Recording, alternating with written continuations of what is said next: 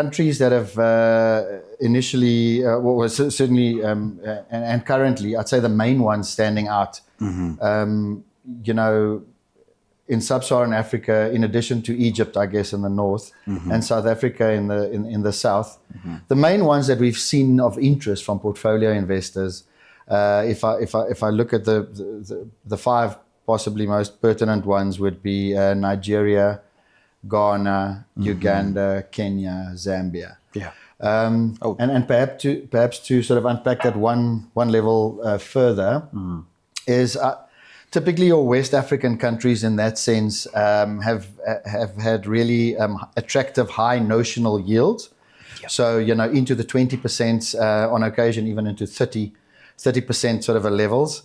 As a yield, even though there's inflation and a bit of volatility that comes with that, but attractive clearly, you know, at a starting point for investors in terms of yield.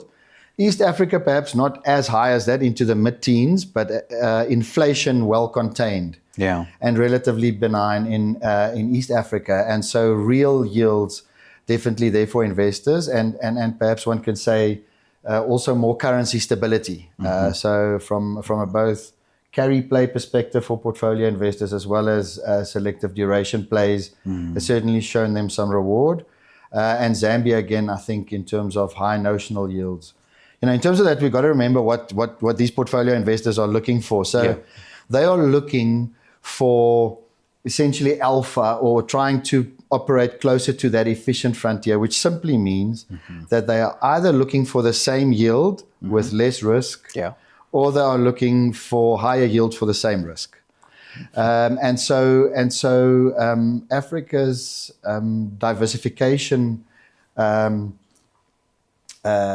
attributes is as a starting point really powerful, because South Africa excluded, it's not particularly correlated with efficient markets and developed markets out there. So it pretty much trades on its own dynamics, as we started the conversation with.